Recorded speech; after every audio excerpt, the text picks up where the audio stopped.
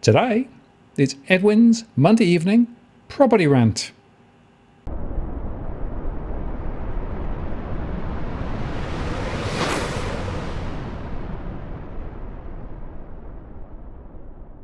Hello again, it's Martin North from Digital Finance Analytics. Well noticed post covering finance and property news. Monday evening, Edwin's back. Edwin, hello. Well, we get into the new year and, well, things are going a bit mayhemish, aren't they, really? But here's the critical question. Which way do you like your scones? Right, Martin.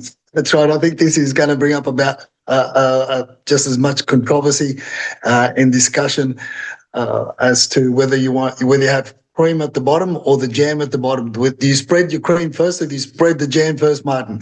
Which one do you prefer? Well, you see, I'm a bit dilemmaed here because I actually lived in Cornwall, down in the bottom of the UK for quite a few years. And of course, they have a very specific way of doing it. But if you go over to Devon, just the next county, it's the other way around. So I don't know which is right, but I actually generally like to put the jam on top, I think. And here, I like that, that hit. But look, the debate about property is it's pretty much along the same thread, right? It's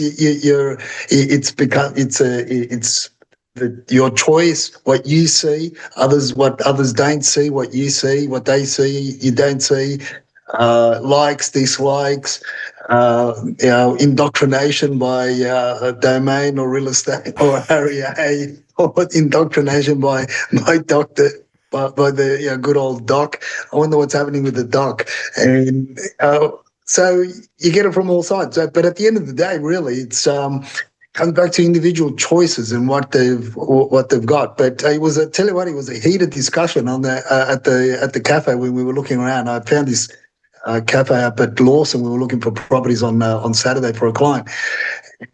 We just went in, and but they were the most amazing scones out. Regardless of which way you have it, Martin. Regardless of which way you spread your jam first or the cream first, the scones were absolutely amazing. I haven't had a scone as good as that. I could say for at least 15, 20 years probably. A lot of the good coffee shops in Katoomba disappeared over a decade ago. Of all things, you get more Thai takeaway up there, and all sorts of other treats other than scones.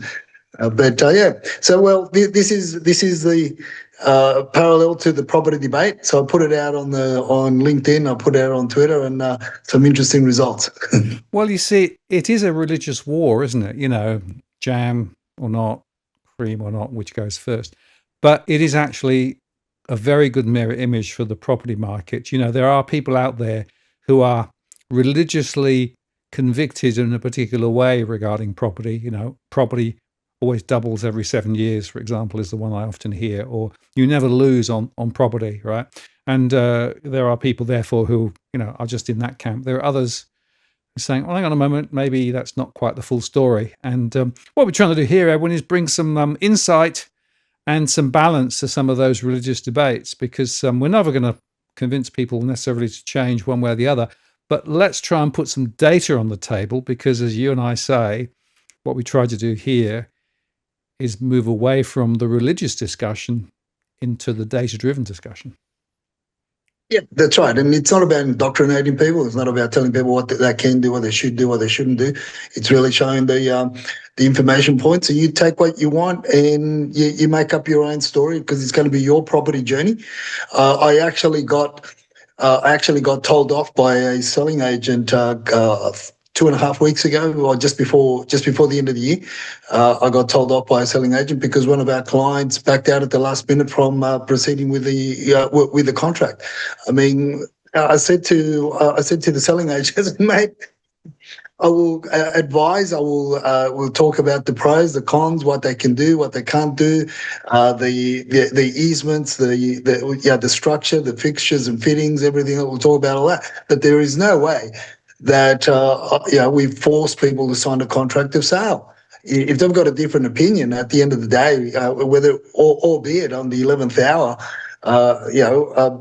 yeah, so be it. That's not our job, and that is not what we do. I mean, a lot of buyers agents would do that. A lot of buyers agents don't even give half the or pass on half the information that we're able to obtain, and this is why you've got a lot of people pushing that mantra. Property will double. You can't lose on property. Better put it all on property. Blah blah blah and so forth. But it comes back to individual choices, the needs, the wants, what they want to do short term, medium term, long term. It's all about strategy. So you've got to look at the broader picture. And as you and I have been doing, more so over the last 4 years, we've been looking at global trends that influence and have become a major pivotal point in many markets of Australia, of Sydney, in the many regions. How they've turned markets around, like your Victorias, like your in the many groups that we often talk about, and then that we've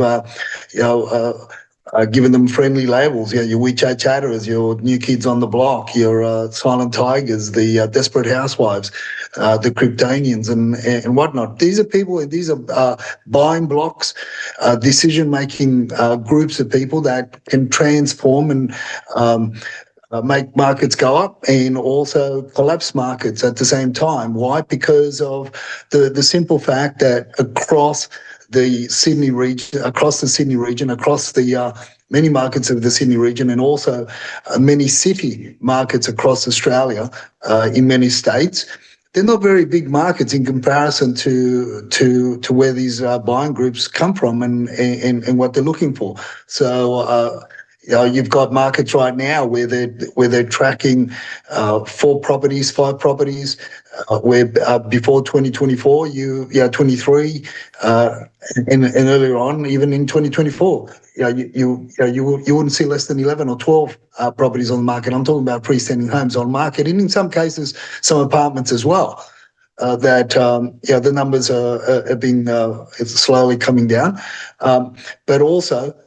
You've also got a pent-up demand, which again, creates a lot of problems. And then you've got with the different buying blocks or buying groups, you've got people that are very much cashed up across the board. So and all these are at play.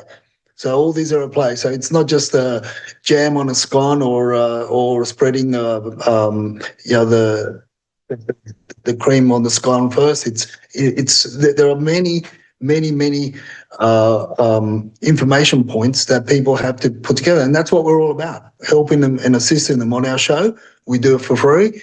When they come to us, we obviously take a fee and we give them more in depth, like you do with your one-on-ones, Martin. And this is something that people are going to have to get used to, because there's less information out there for people to absorb.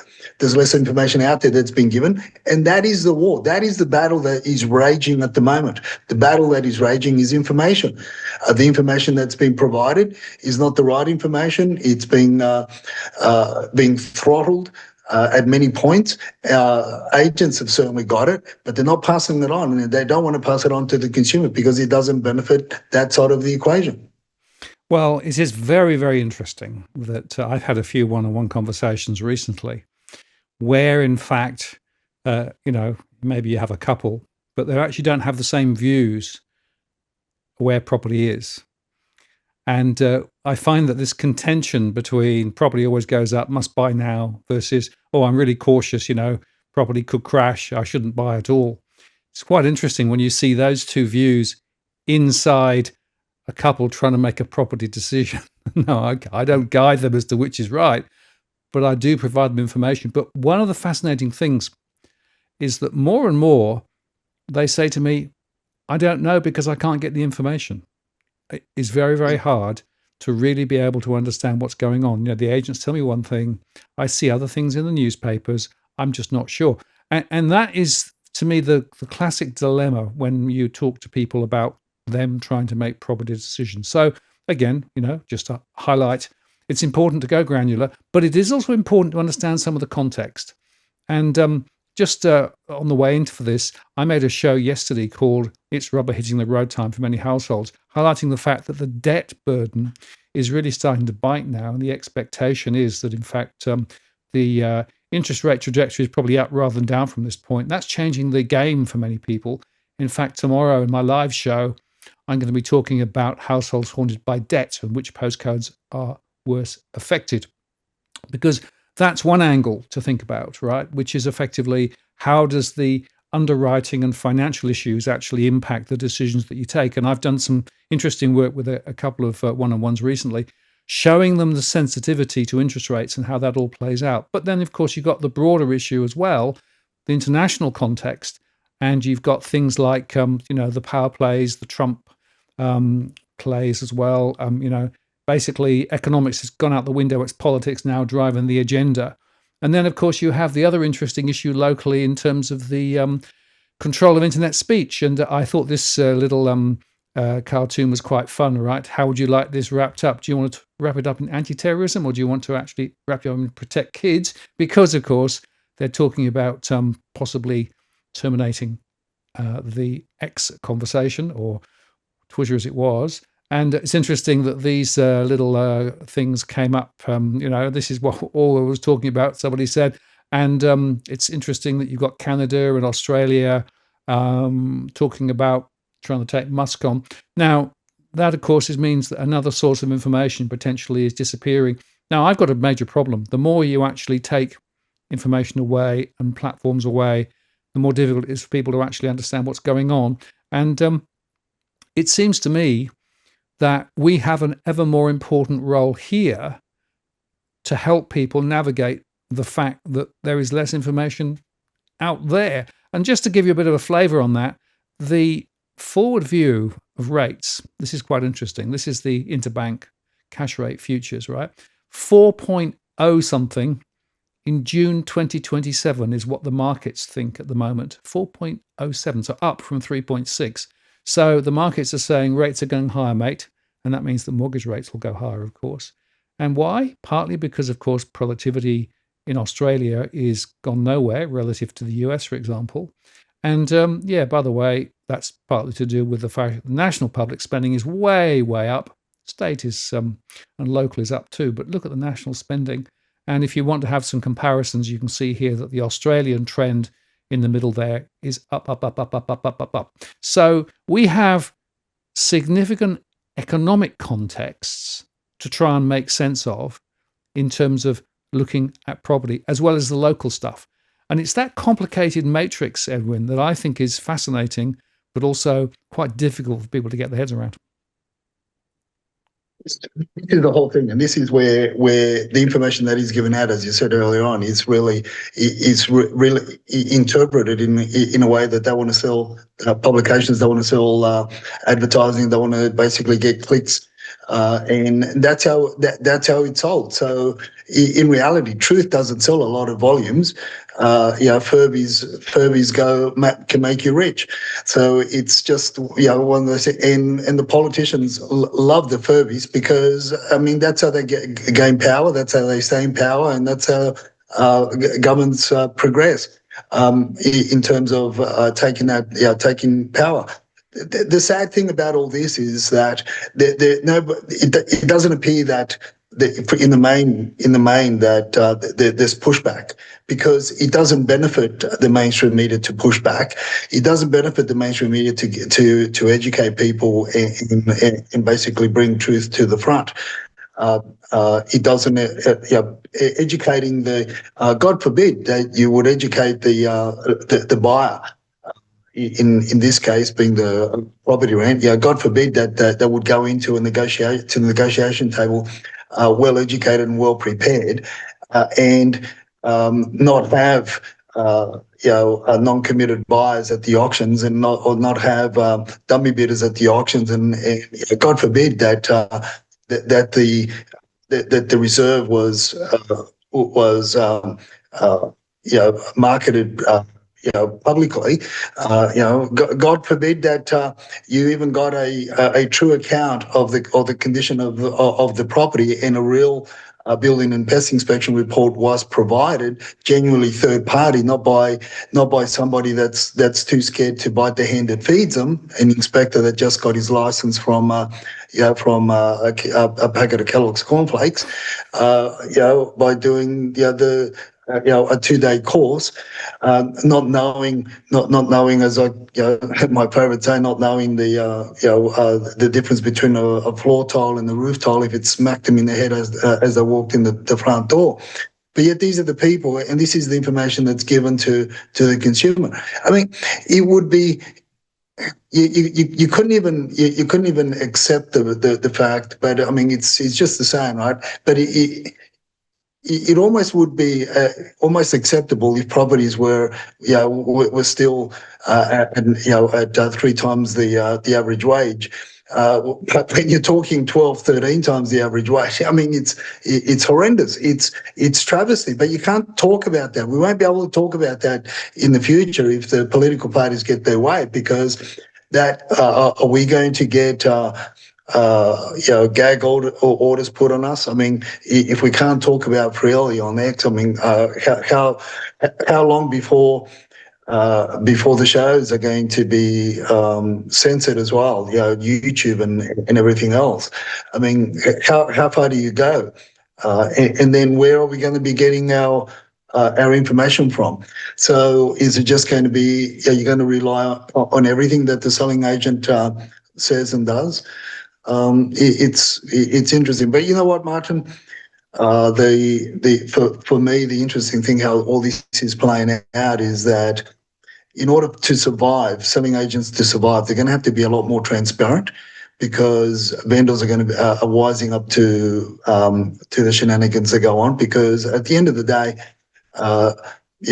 it's each person for their own back pocket first, before they take care and look after the best outcome for their client, for the vendor, which is sad. It's sad. This is where we are. This is where we're at. And when you start, as I said, when you start throttling the information avenues, which is what they're doing, we're going to have a lot of, I guess, from our point of view, it's the more they throttle that, the more clients we pick up. So that's people are going to have to be prepared to spend more to gain more information. Yes, and I think people are being alerted to asking the harder questions. Here's a good example. Sydney's 5 million population is looked to grow maybe to 10 million in the next 15 years, according to this article. Then they talk about housing, climate change, livability, congestion, healthcare, social cohesion. They're all challenges, and that's really important for people to understand. But the changes in density, housing density, for me, is one of the critical issues. And this article here is highlighting the fact that there's very detailed development plans now being shown right the way across from Greater Sydney, the Central Coast, Newcastle, and Illawarra, as well as closer in to the city, like, for example, Rangers Avenue in Mosman, or places in Drummoyne and places like that. So density, high density, high density, high density. Oh, and by the way, there's this one here, kangaroos are in the way of a high density development. You've got to move the kangaroos if you're going to actually be high density. The point is, this massive shift in terms of the planning and the intent to try and build is really a big concern for people. And of course, it changes the characteristics of individual locations and suburbs. And again, in one of my recent one-to-one conversations, I highlighted the fact that where they were looking to buy was changing dramatically because of the changing planning regs. And I even quoted the planning regs at them. They didn't know about the subdivisions and the densification programs in that area. And of course, that changed their attitude to that particular location. So we're not sure I want to, I'm buying into an area now, but it's not going to be the same area in 5 years' time. And that's a really important point. And by the way, the approvals are still pretty weak. We're still not building enough, according to Shane Oliver's calculations. maybe we're getting 198,000 approvals compared with 240,000. But of course, an approval is not the same as a door key, right? There's a massive lag between approvals and anything following on. And when you look more closely, Edwin, the horror stories about this and the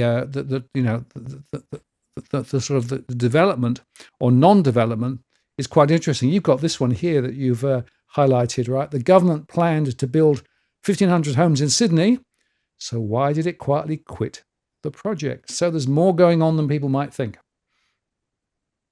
This is the whole thing. And when you read the article in its totality, you understand that a lot of it's got to do with costs to build, the infrastructure that has to be put in place before they could keep on expanding out. The interesting thing for me here is that they start with the wording. The government planned to build 1,500 homes in Sydney. So why did quietly quit the project? When you start reading it, it was actually projects of 1,500 homes, freestanding homes in the fringes. But obviously, it doesn't work. The numbers don't add up. The costs are blown out because most of it was spent on committees, New Year's bonuses, end of year bonuses, and all that sort of shit. That they like to tack on to themselves, other than actually putting shovel to the ground, and because of the blowout, guess what, Martin? The only places that make sense to build are your medium density to high density developments in your North Shores, Upper North Shores, eastern suburbs. Why? Because they're no longer entry level properties that are going to entice your first time buyers or your young families that want a bit of terra firma or a bit of land to play handball, cricket, or whatever you fancy playing in the backyard, but rather putting them in the dog box, because now the dog boxes are going to be $2.5 million to start, because by the time they even buy them off the plan, we ran some numbers for the project around Edgecliff and that where Men's rezone that whole area, wanting to rezone that whole area for high rise, where they want to build 10,000 homes. But this is it. This is reality. This is where we're at, and it becomes. We're going to bring out a tip that's going to highlight this for our viewers, those that are following us. Stay till the end, because the tip is going to centre around this cost of construction, the cost, how it's getting more and more expensive. So what's happening with the government's projected figures on keeping costs down because of all the skilled migrants that we were bringing in. I mean, we go back to our conversations 2-3 years ago, where we were saying the people that are coming, they don't want to work in construction. They've got a different idea. They may come in with the premise of doing some sort of education, tertiary education around building and that. But what they do is when they land is a totally different different path to what they were told to come. I mean, and who's absorbing them? It's the actual government infrastructure that's absorbing them as well. And what have we got looking forward to? We've got to look forward to those high-rise developments that the government will get, will start soon. And also, let's not forget the Brisbane Games. So you've got major infrastructure in other states that are absorbing the builders that would otherwise have their own teams, happily building duplexes, triplexes, small medium density developments. But if the numbers don't stack up, guess where they're going to go? They're going to go to secure jobs, albeit they might. They'll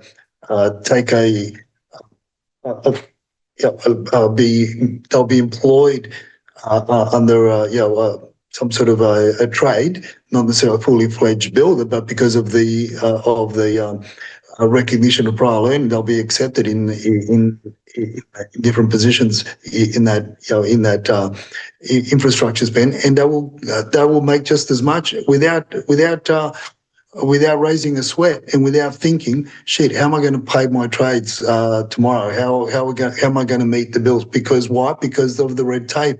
The red tape, when you start to build and you start projecting construction, by the time you get a DA, it could be 6 months, could be 12 months, and you've submitted a quote, a contract's being signed. You could be in the hole for you could, if you're lucky, you'll break even. So this is what's at play, and this is what it's all led to because of the bad policy decisions for the last 2 decades.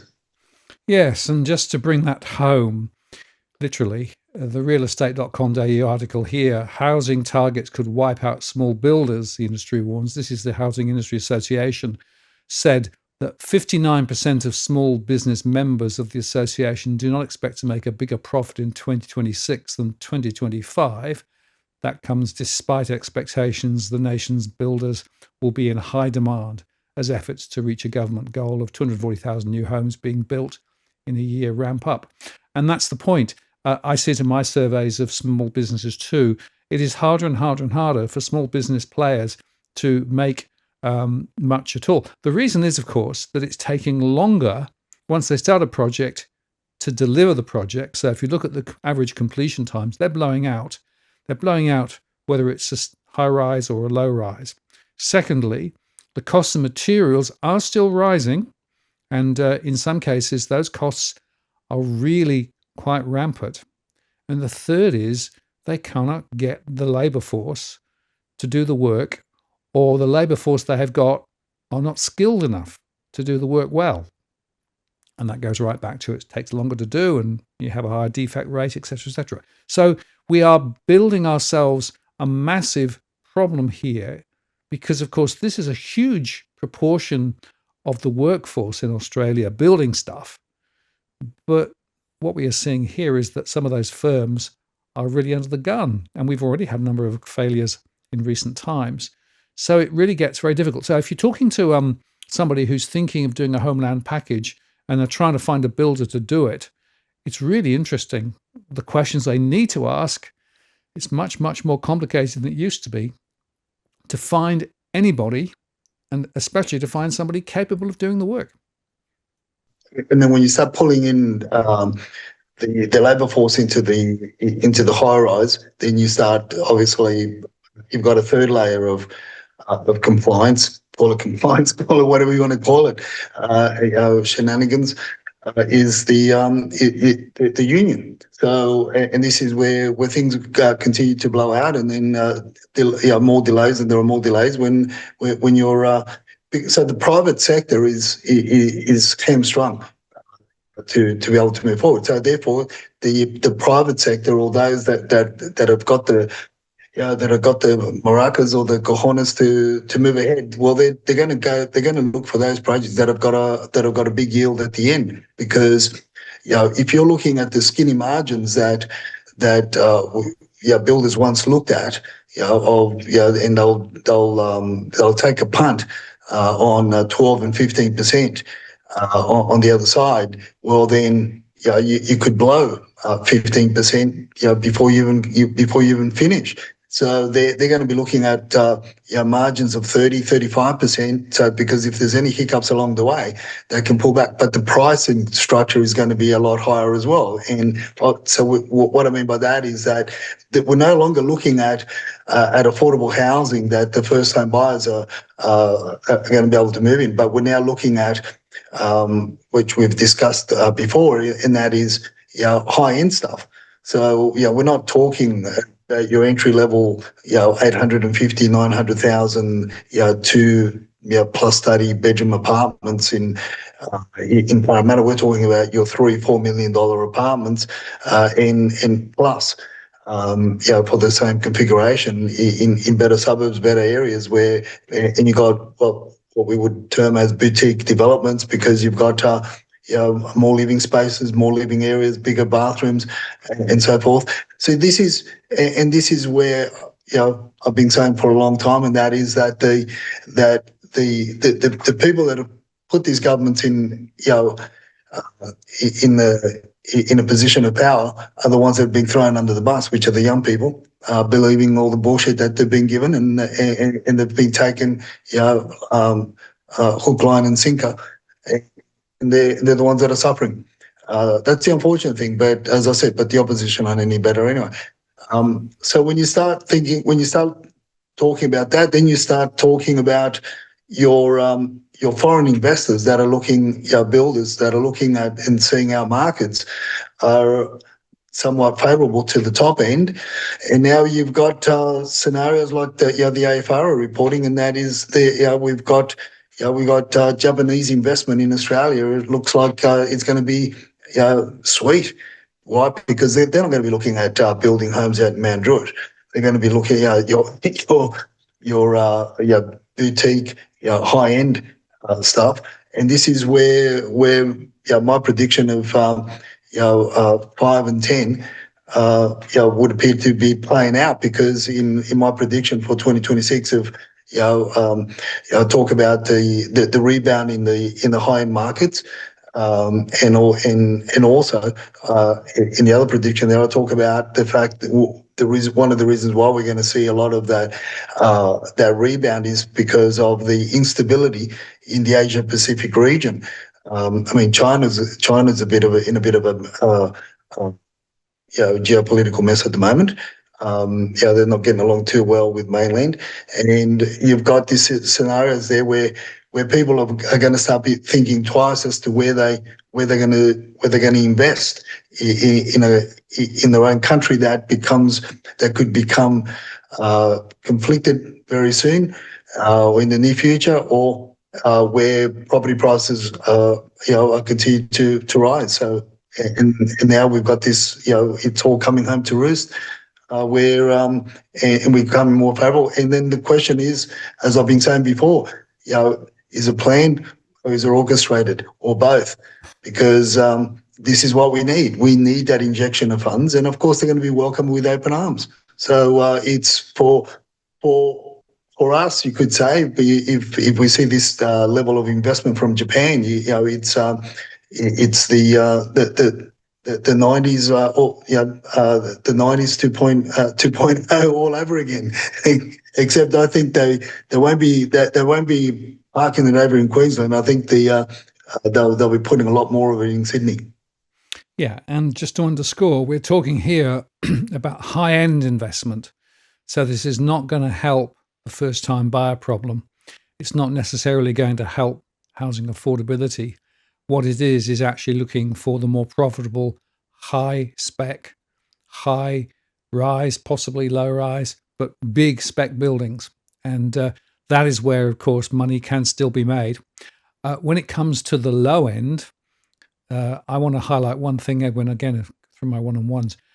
I was shown a contract the other day for a fixed price homeland package that was actually being offered by one of the builders for this particular project.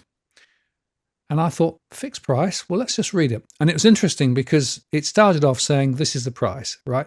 But then if you're in the small print, it gave you a whole range of issues that would change the price. And some of those things were, well, you might change your mind about floor finishings, etc. But going down the list, it was clear to me that variations and changes and, externalities, even interest rates, were all factors that were called out in this contract as things that would change the price. And I actually said to the people I was chatting to, so what did your lawyer say? And they said, well, the lawyer said it was a fixed price contract. So, we're signing on the dotted line for $1. And I said, no, you're not. It's subject to X, Y, Z, W, and all the other things too. You have no idea what you're signing for. You have no idea what you're going to pay. And I said, shame on the lawyer for giving you that information, but shame on the builder too. And it just shows you that if you are on the other end of the telescope, as it were, trying to buy a property and trying to find someone to build it for you, you have to be so, so careful. And as you and I know, there are materials, and then there are materials.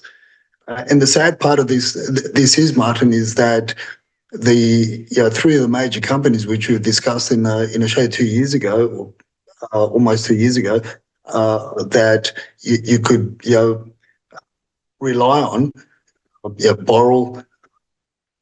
The other two just skip my mind, but yeah, you could rely on the local made materials where you can get your Gyprock, you can get CSR, Boral, and another one.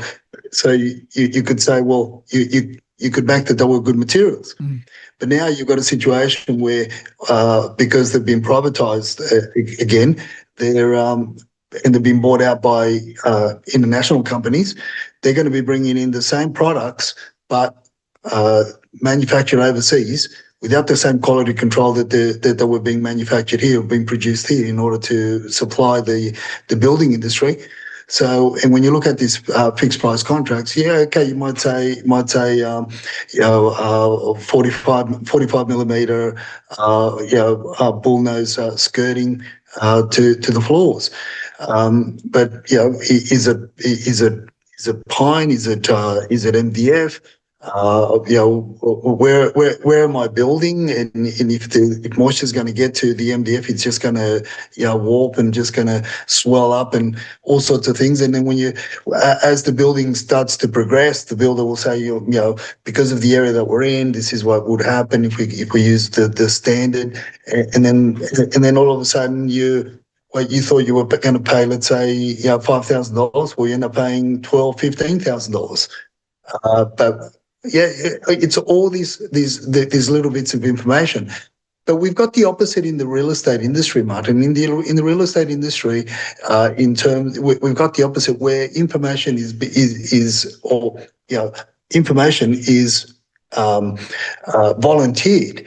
But there's where in that scenario is where, in part, is the information that's been volunteered is you got to question it, where it comes from, or how much is really given, because it's almost like to stop you. You're given enough to stop you from doing your own due diligence, and that's a scary part, because then it's not that they're lying. It's just that they're just given enough to, but not. There was signs of previous termite activity, and you're showing a photo of one section of that underneath the property underneath the house, but it doesn't appear that there's a lot of activity. But if you turn the camera, if you turn the phone, the smartphone to the other side, you would have seen that half the bloody floor is being eaten away. But you don't see that photo. So therefore, but it's on a building report, right? Like the one that I posted on X, where we crawled into the roof space, and the building report that was provided by the agent, it said that the image of that section was of one of the rafters that was probably about a good 5 meters away. So you look at that image, you look at that photo on the report, and you sort of think, oh, shit, that's nothing, right? That's it is what it is. But as soon as I poked my head up through the manhole, right in front of me was the ceiling joist, the three ceiling joists around me, the immediate ones around me. They were all you couldn't even. I put my finger right through them. So that's how bad they were. But where was that photo? But the unfortunate thing is that this particular individual bought the property believing the building report. So we were doing the inspection to help them and assist them to renovate the property post the purchase, after relying on that building inspection report. So that's the. I think it's even more sad. It's more of a travesty than signing a a fixed price contract with fine print. Yeah, and again, it wants to a score.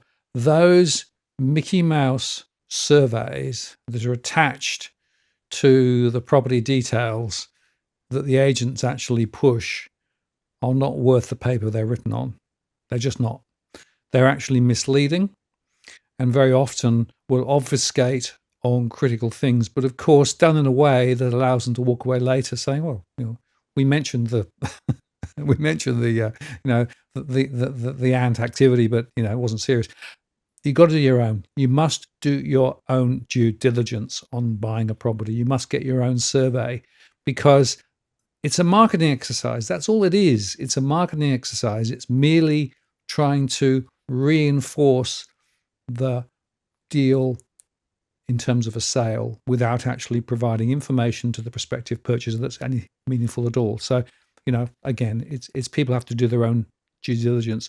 And this is interesting because, the truth is the industry is not working for consumers. They're not working for the individuals. They're working for themselves in a way. They're working for the overall economic benefit, maybe of the country or maybe not, but they're not actually there to benefit ordinary people. It's interesting, of course, in the US, there are midterms coming up, right? The midterms are coming up quite quickly. And Trump has suddenly gone all housing affordability and, affordability is important. And this came up the other day, and I saw it's on your, I think this is your LinkedIn, right?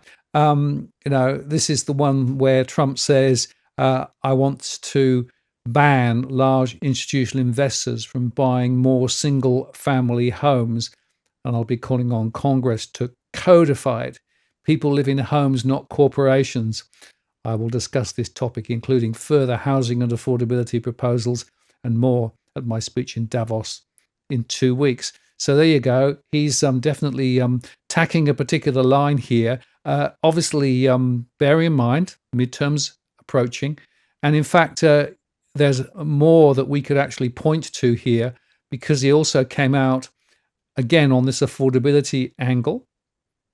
And he mentioned that he's going to ask credit card companies who are charging interest rates of 20 or 30% to take it down to 10% for a year or something, right? So this is, again, a very interesting set of interventions.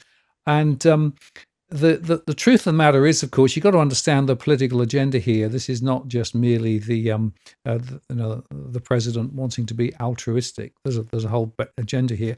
Oh, and by the way, just to round that out, did you see he also was Department of Justice in the US is launching criminal investigations into Fed Chair Jerome Powell, and Powell actually recorded a little video saying the threat of criminal charges as a consequence of the Fed setting rates based on our best assessment of what will serve the public, rather than following the preferences of the political establishment. So there you go. You got to understand, there's a lot going on here and in the US that may even sound, altruistic, but actually there's an agenda there as well.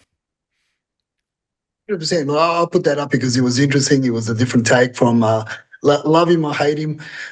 Trump is Trump, and it's going to be a wait and see to what actually eventuates and what they actually do. What he may desire it, he may want it, he may push for it, but at the end of the day, it comes back to the states. No different to what Albo says, and then the states sometimes taking him to task, sometimes, but and not necessarily towing the line.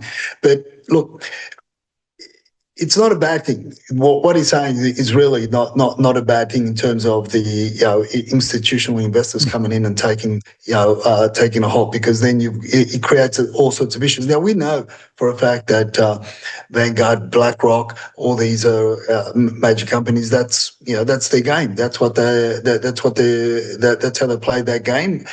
People get foreclosed on their properties, and they're buying for pennies on a dollar, or for a dime.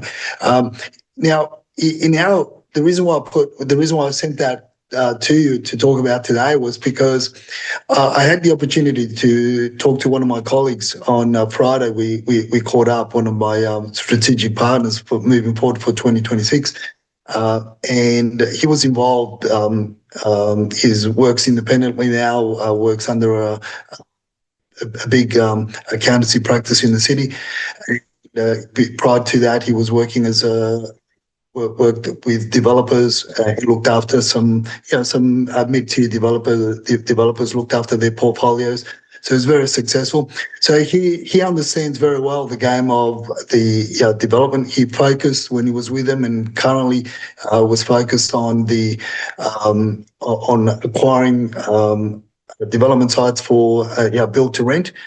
And the interesting thing was, although there's a big appetite for build to rent, the 6 properties that he's been involved with his team in purchasing and given the companies that are focusing on the build to rent, out of the 6, there's only one in New South Wales that's actually coming to completion, which is in Parramatta, Charles Street, and Macquarie, I think it is.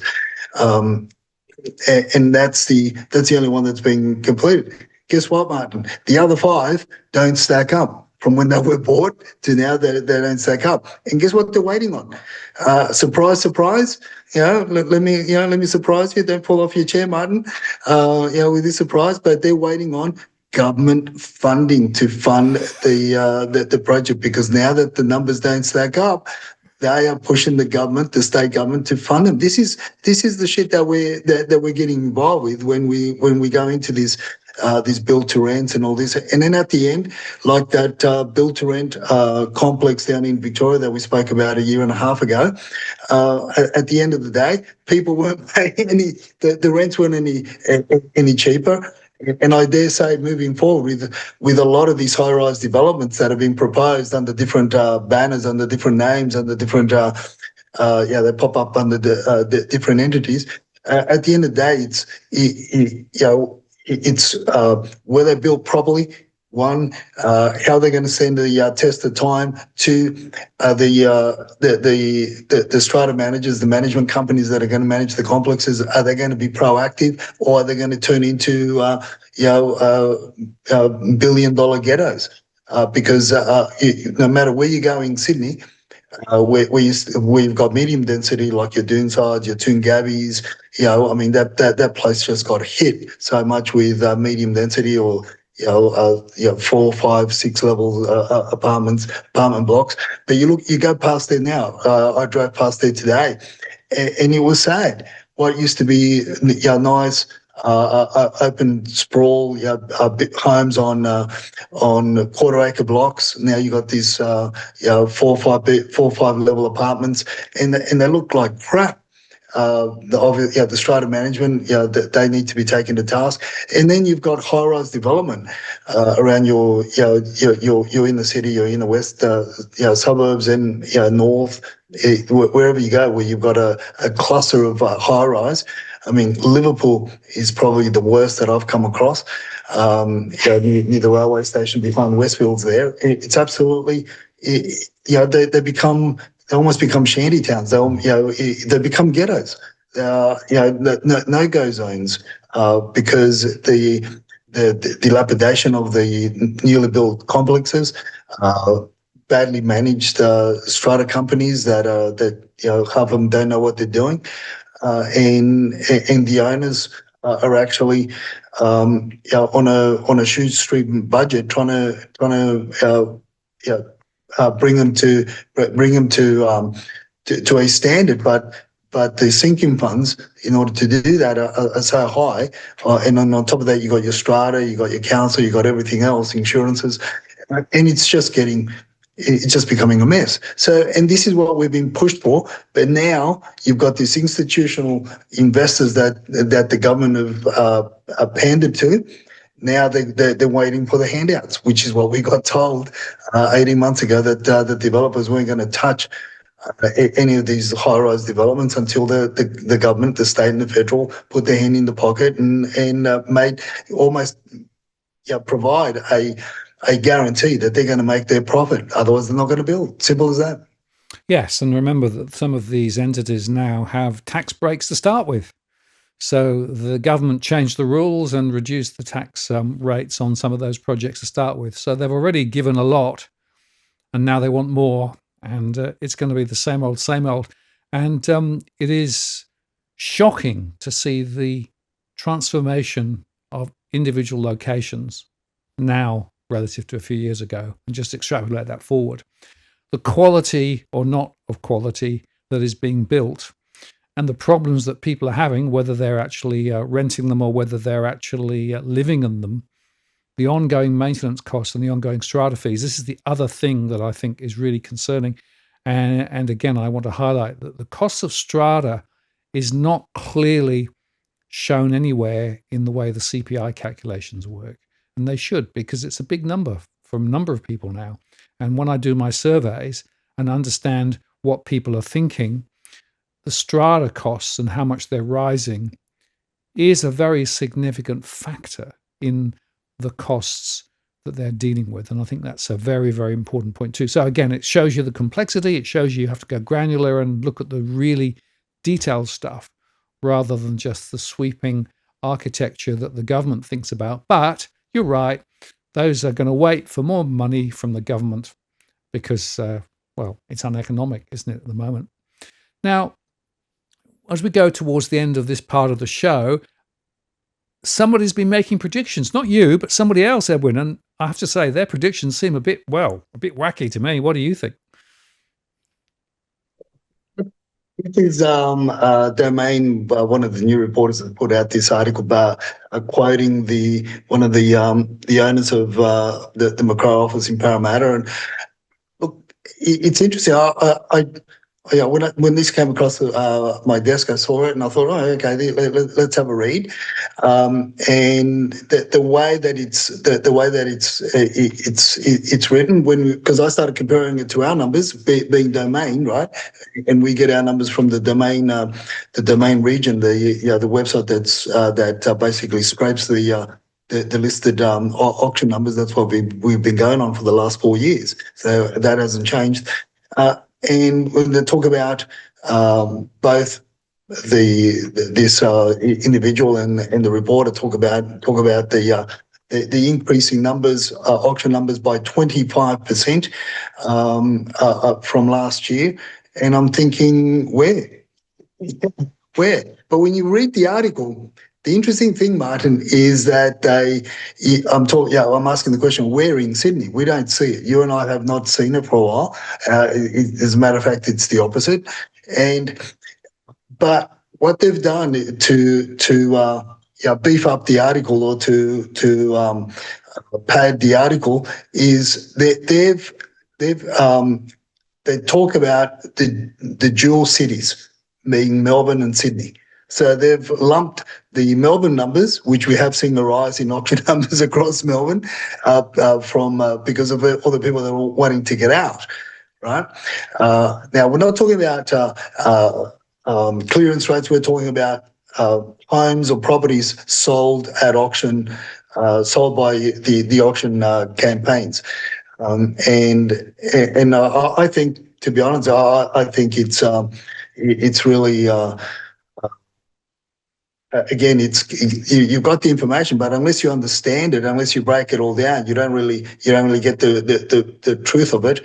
And that is that Melbourne numbers may have surged by even 30%, but Sydney numbers have pulled back. The last 6 months across Sydney have been absolutely dreadful, and one of the signs of the numbers diminishing or decreasing has been the fact that you've got more auctioneers that are basically dropping their rates now from your 1,200. They're starting to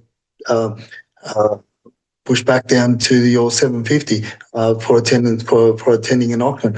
So, and that tells you again that there's not a lot out there to feed them. And in my view, regardless of what the reporter says, and regardless of what the Macrae agent says, 2026 is going to be we're going to have even less numbers on market by way of auction. because the areas that would favour the auction sale campaigns, the people that are that want to sell there or they're looking at selling there, they also want to stay in the area, and they're the areas that have also decreased in listing numbers across 2025. Well, I've always said, Edwin, that the trouble with these property portals is that the property news, quote unquote, is actually property spruik, right? They are designed to try and actually encourage people to buy and to look and to click. And, they're measured on their clicks. So, how many people click through. So, of course, they want to put that little noisy note in the headline to try and get people to click through. So, just to anybody who is actually looking at this stuff, just question the basic assumptions in those articles. As you say, they lump together Sydney and Melbourne, completely different markets, behaving completely differently, and you cannot make an average of the two, right? It just doesn't make any sense at all. So it is really important just to go granular, as we say, and don't get caught up in the big spruiks. And in fact, just to sort of illustrate that, let's look at the data. So here is the Sydney region data. For the 5th, this is the domain definition of the Sydney region, which is a certain way of looking at it. 18,724 properties listed on the 5th. A week later, 19,147. So a small rise, and it's worth just looking there at the mix. The land, of course, is still there, and some houses, some apartments, some townhouses, a normal breakdown. But here's the chart, and you can see here that as we start to track the new year, well, it doesn't look that flash hot, does it? It's starting the same as where we started in 2025, taking out the excess landlord listings that came on in the last half of 2025.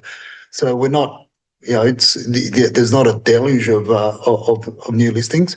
We'll see. It's still early. It was a slow spring, a late spring, a late summer, and now it's a late early 2026, a late start to the year.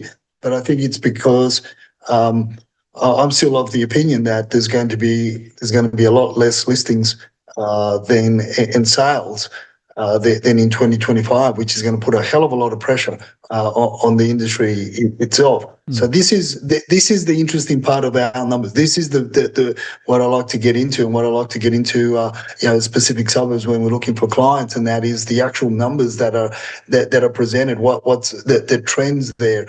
Who's selling? Why are they selling, and why not? And what kind of properties are selling? Are your fancy swanky homes that are selling, or and why are certain homes taking a lot longer to sell? Which obviously, it comes back to individual areas, individual properties, locations, type of properties, and the like. But overall, it hasn't been. We can talk about mortgage stress. We can talk about all that pain. The unfortunate thing is, people are still opting to do without than to sell the homes. Simple as that, because they've got nowhere to go. The choice is easier to do without some meals. The choice is easier to do without the extra transport. To do without the Saturday sporting activities and tuition and dance schools and music classes and everything else. They're cutting down on all that in order to be able to afford the property that they're in, because moving itself is a huge cost. And then even if you sold and then you bought further out, further north, further south, further west, whatever, but further away from your ideal location where you grew up in, the cost of there's also a cost to transact, Martin, that people have become more and more aware of, because you're paying stamp duty when you buy again. You may look for something that's that it's going to alleviate the repayments. But you got to come up. You lose the gain, part of the gain that you've had in your current property. You lose a lot of it. Could represent 20-30% of it when you have to give the government that stamp duty fee in order to be able to take possession on the other side.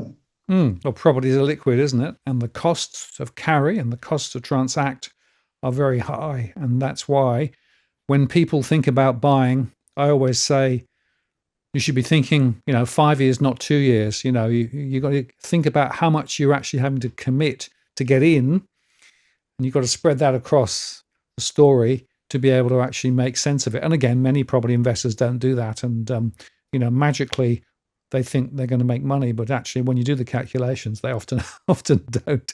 Let's look at Melbourne. So in Melbourne, on the 5th, 25,043 properties listed for sale in the Greater Melbourne region. 25,202 on the 12th, so a small rise, but not a dramatic rise. And in Brisbane, 2,196 on the 5th, 2,331 a week later. So you can see here that the markets are just beginning to stir a little bit. But from an auction perspective, Edwin, which is quite interesting, auctions are still very, very limited at the moment. And it goes back to the thesis that we've had for some time, that more people are perhaps looking to avoid auctions altogether. Looking, and for a number of reasons. As I said before, the expectations are very high. We're also in a period where it's harder to get your loans because valuers have got to also value the property, to that new ceiling. If you're going to be the ones breaking the ceiling in particular areas, particular suburbs. That's one side of it. The other side, obviously, is where do you go? The big question that where do you go? And in a lot of these areas where properties transact by way of auction, your desirable areas where you're, and people don't necessarily want to move, away, more than 10 kilometres away from where they sold.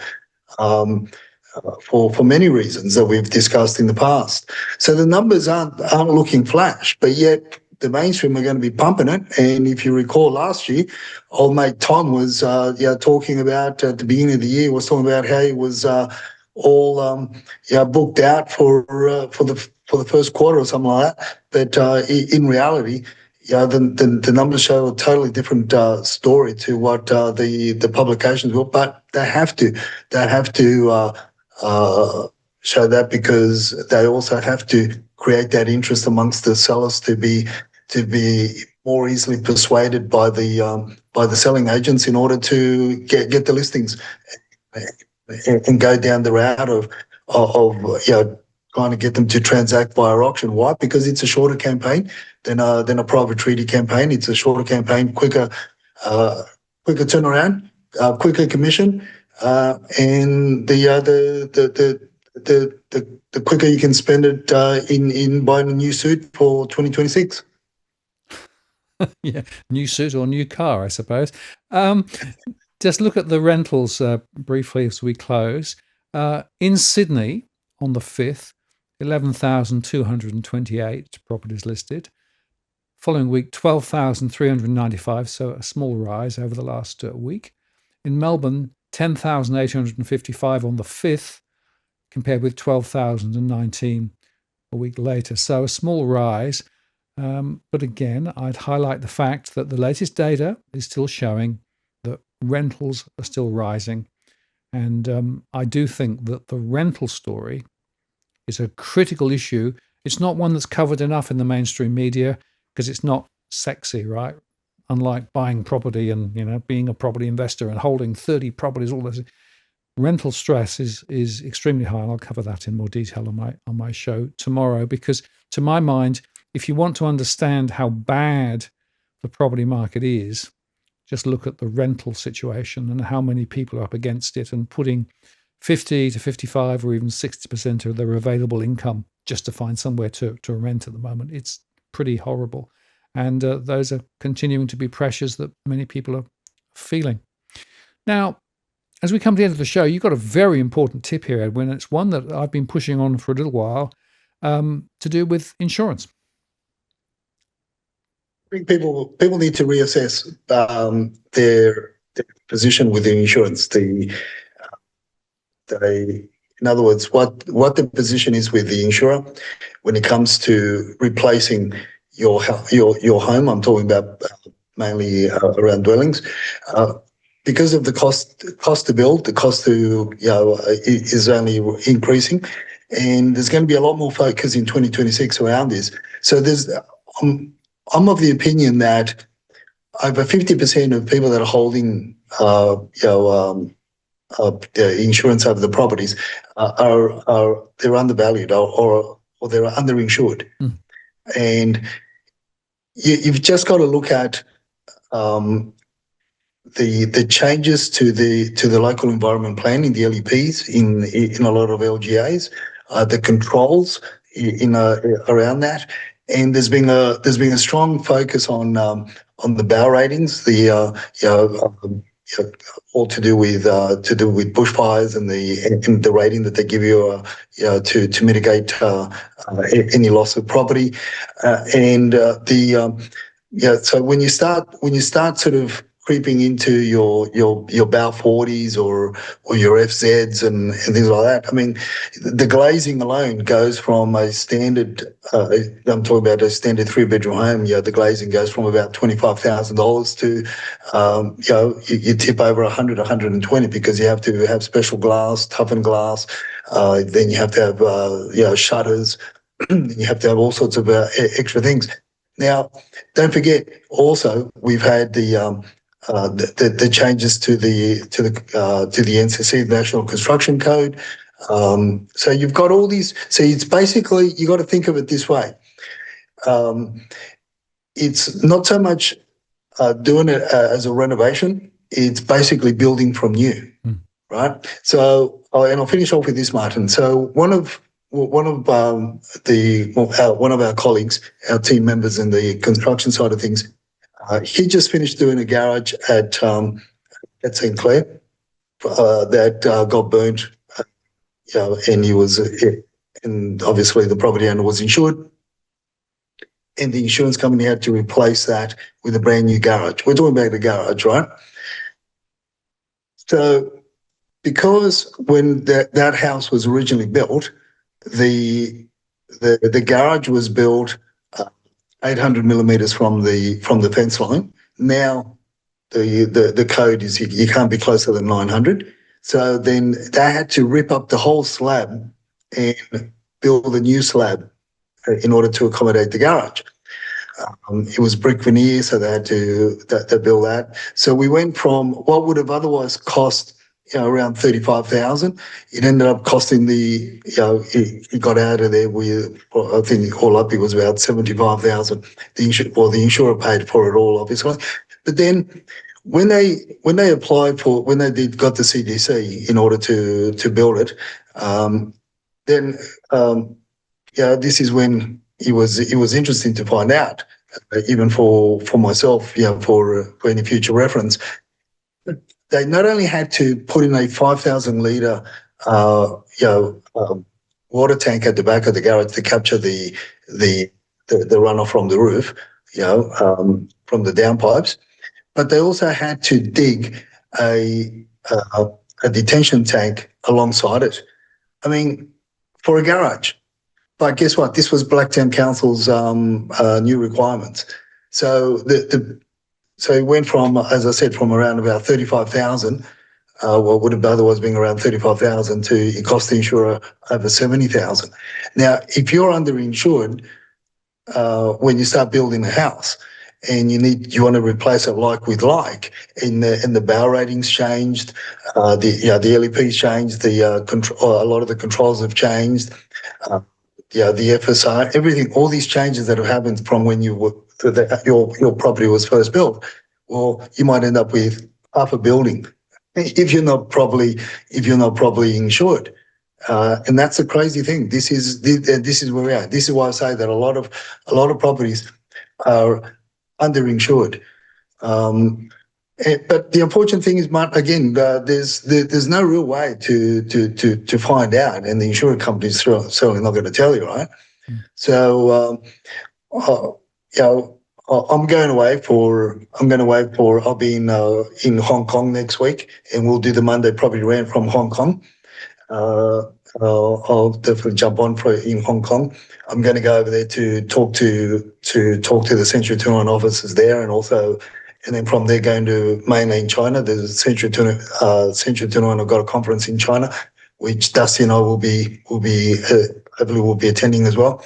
But after that, if people want to get a hold of me in my team, yeah, we'll be more than happy to, as long as it's in the Sydney region, more than happy to go out and just give you an overview and give you an assessment of what it would cost to rebuild your home.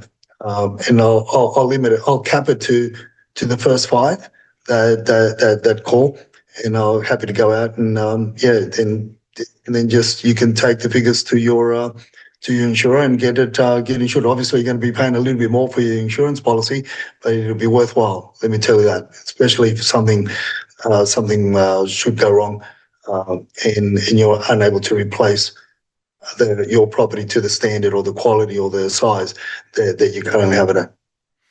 Well, Edwin, that's a great offer. So, folks, contact Edwin. Details in the normal places, of course. And I would make the point, this is a very relevant conversation given what's happened down in Victoria with the bushfires there. Our thoughts go out to all of those impacted directly and indirectly. And, of course, the flooding up in Queensland as well. But the whole question of insurance is critical. Unfortunately, in my surveys, one of the corners that are being cut by some people is to reduce their insurance cover when they should be increasing it. The other interesting observation is that if you actually have a renewal notice come through from your insurance company, the chances are they'll jack it up quite a lot. So it's very important to shop around each time and make sure that you're actually comparing apples with apples, of course, that you've actually got the best that you can get with regard to your insurance. Use the comparison sites for that. And the other very important point here is if you're thinking of buying a property in a particular area, it's a really good thing to just check with an insurance company indicatively what the insurance cost would be, because the insurance varies by different locales, different postcodes, because they have different risk assessments based on things like bushfire and other things, and the building regs, all those things. They're all in there. So what you can be assured is that the average insurance cost won't be what you actually get. It will be very much dependent on what you buy, where you buy, and when you buy. And in my experience, Edwin, a lot of people have not taken account of the costs of insurance when they come to think about buying a property. And for me, that's a really important point. So whether you're buying property or whether you've actually got existing insurance on a property, do check to make sure that it's still relevant and appropriate for your needs, and you understand what the pricing point is, because that's really going to be very important going ahead. 100%. And now people need to be prepared. 2026 is going to be a very, very interesting year, but you can make it work in your favour if you're prepared. Edwin, thank you very much. I hope you have good flights, and I'll look forward to getting the Hong Kong connection working next week. That should be fun. And meantime, of course, details and contacts below for Edwin, as well as myself there. And we'll be back for the next installment of the Rant. As you say, 2026 looks like it's going to be a doozy. I will. You take care, man. Look after yourself. Take care. Bye-bye.